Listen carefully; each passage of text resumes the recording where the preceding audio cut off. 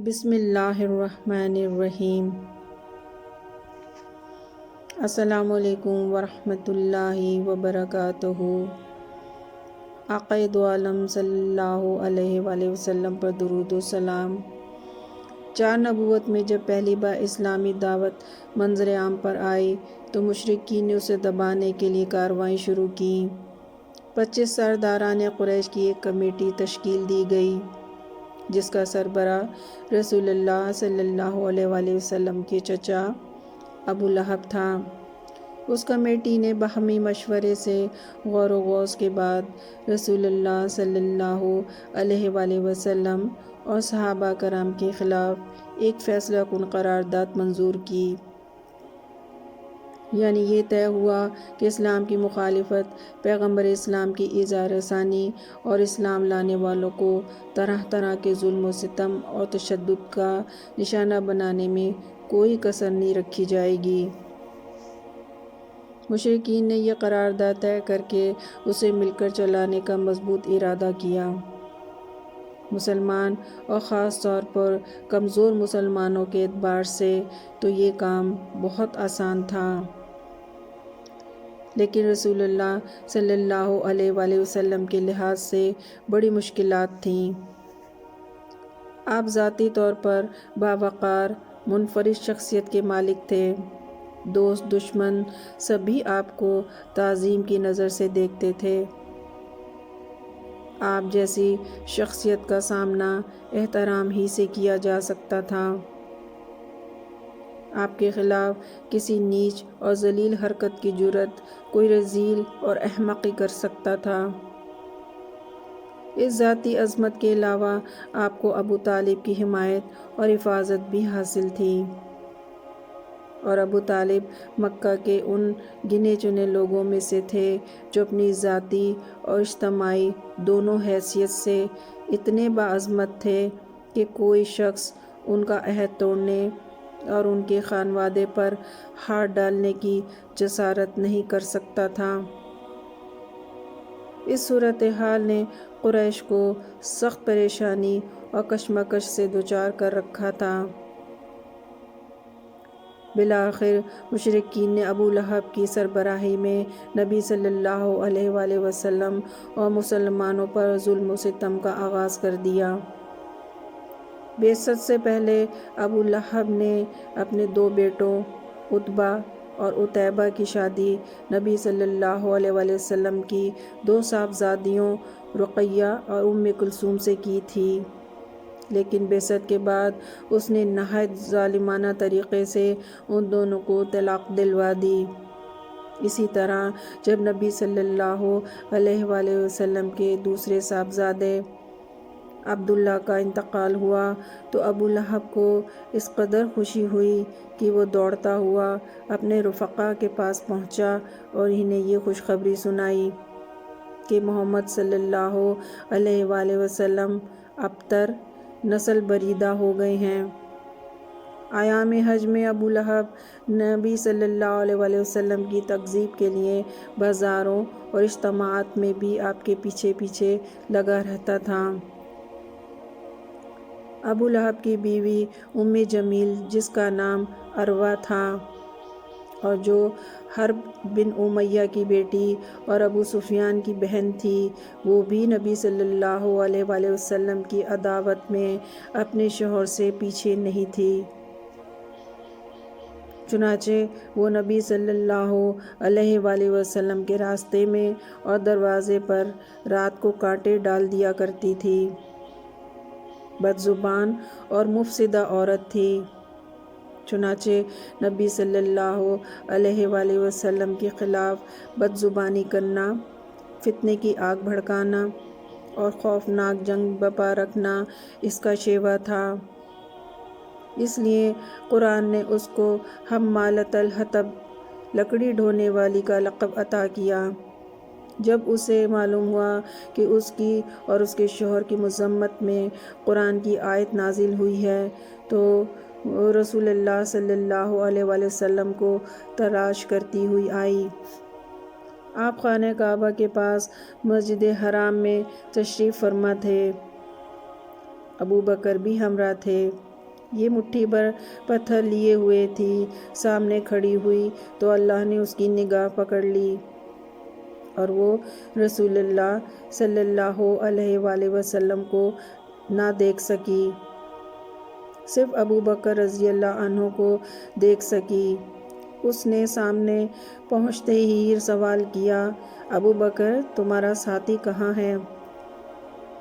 مجھے معلوم ہوا ہے کہ وہ میری ہجو کرتا ہے، باخدا اگر میں اسے پا گئی تو اس کے منہ پر یہ پتھر ماروں گی۔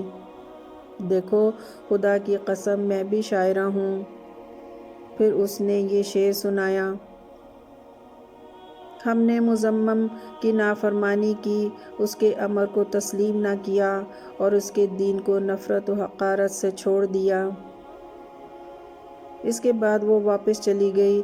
ابو بکر رضی اللہ عنہ نے کہا، یا رسول اللہ، کیا اس نے آپ کو دیکھا نہیں؟ آپ نے فرمایا، نہیں، اس نے مجھے نہیں دیکھا، اللہ نے اس کی نگاہ پکڑ لی۔ ابو لہب رسول اللہ صلی اللہ علیہ وآلہ وسلم کے چچا اور پڑوسی تھا، اس کا گھر آپ کے گھر سے متصل تھا۔ اسی طرح آپ کے دوسرے پڑوسی بھی آپ کو گھر کے اندر ستاتے تھے۔ ابن اسحاق کا بیان ہے کہ جو گروہ گھر کے اندر رسول اللہ صلی اللہ علیہ وآلہ وسلم کو اذیت دیا کرتا تھا، وہ ابو لہب، حکم بن ابی العاص بن امیہ، عقبہ بن ابی معیط، عدی بن حمرہ ثقفی، ابن الاسد خزاعی، یہ سب کے سب آپ کے پڑوسی تھے، اور ان میں سے حکم بن ابی العاص کے علاوہ کوئی بھی مسلمان نہیں ہوا۔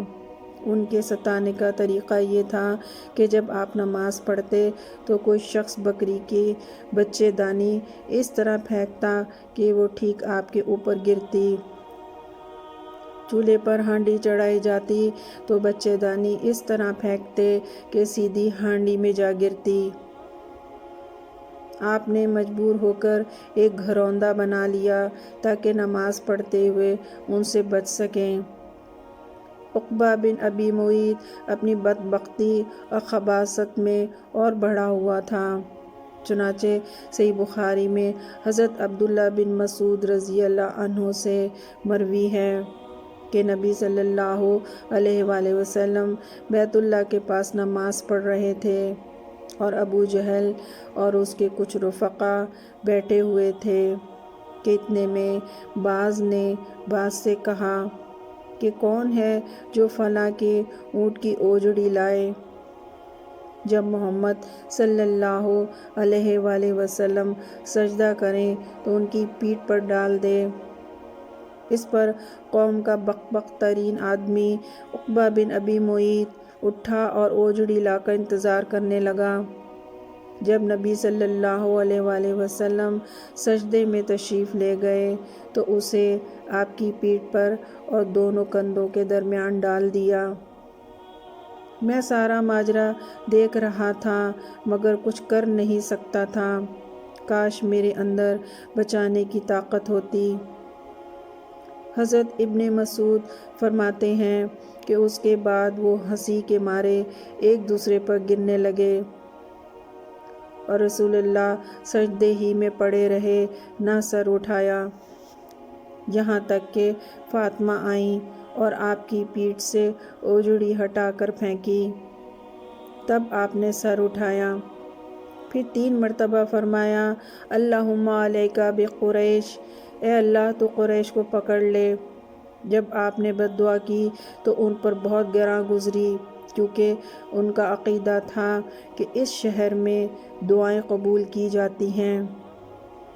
امیہ بن خلف کا وتیرہ تھا کہ جب وہ رسول اللہ صلی اللہ علیہ وآلہ وسلم کو دیکھتا تو لعن طعن کرتا۔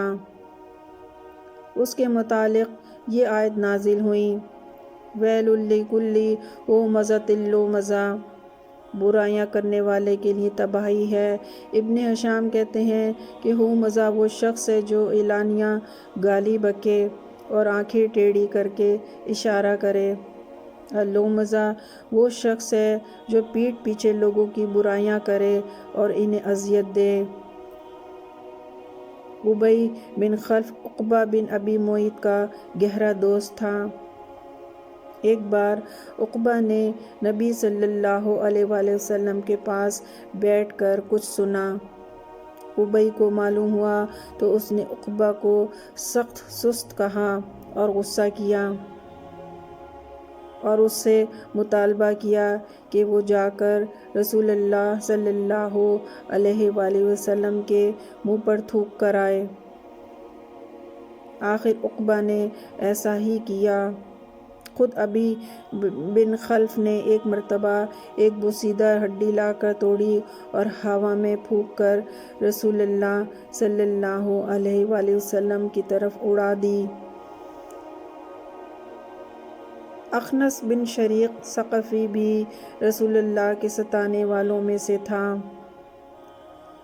ابو جہل رسول اللہ صلی اللہ علیہ وآلہ وسلم کو اپنی بات سے اذیت پہنچاتا اور اللہ کی راہ سے روکتا تھا، پھر اپنی اس حرکت اور برائی پر ناز اور فخر کرتا ہوا جاتا تھا۔ بہرحال ابو جہل اپنی حماقت سے باز آنے والا نہیں تھا، بلکہ اس بدبختی میں کچھ اور اضافہ ہو گیا۔ چنانچہ صحیح مسلم میں حضرت ابو ہریرہ رضی اللہ عنہ سے مروی ہے کہ ایک بار سرداران قریش سے ابو جہل نے کہا کہ محمد آپ حضرات کے روبرو اپنا چہرہ خاک آلودہ کرتا ہے۔ جواب دیا گیا ہاں۔ اس نے کہا لات و عزیٰ کی قسم، اس حالت میں اسے دیکھ لیا تو اس کی گردن رون دوں گا اور اس کا چہرہ مٹی پر رگڑ دوں گا۔ اس کے بعد اس نے رسول اللہ صلی اللہ علیہ وآلہ وسلم کو نماز پڑھتے ہوئے دیکھ لیا اور اس ظن میں چلا کہ آپ کی گردن رون دے گا، لیکن لوگوں نے اچانک کیا دیکھا کہ ایڑی کے بل پیچھے پلٹ رہا ہے اور دونوں ہاتھ سے پاؤں سے بچاؤ کر رہا ہے۔ لوگوں نے کہا ابو الحکم تمہیں کیا ہوا ہے؟ اس نے کہا میرے اور اس کے درمیان آگ کی خندق ہے، ہولناکیاں ہیں۔ رسول اللہ صلی اللہ علیہ وآلہ وسلم نے فرمایا اگر وہ میرے قریب آتا تو فرشتے اس کا ایک ایک عضو اچک لیتے۔ آقا دو عالم صلی اللہ علیہ وآلہ وسلم پر درود و سلام۔ ناظرین، ویڈیو پسند آئے تو لائک اور شیئر ضرور کریں، سبسکرائب کا بٹن دبانا ہرگز نہ بھولیں اور نئے دیکھنے والے سبسکرائب کرنا ہرگز نہ بھولیں تاکہ ہر آنے والی اسلام سے متعلق معلوماتی ویڈیو سے ہم سب مستفید ہو سکیں۔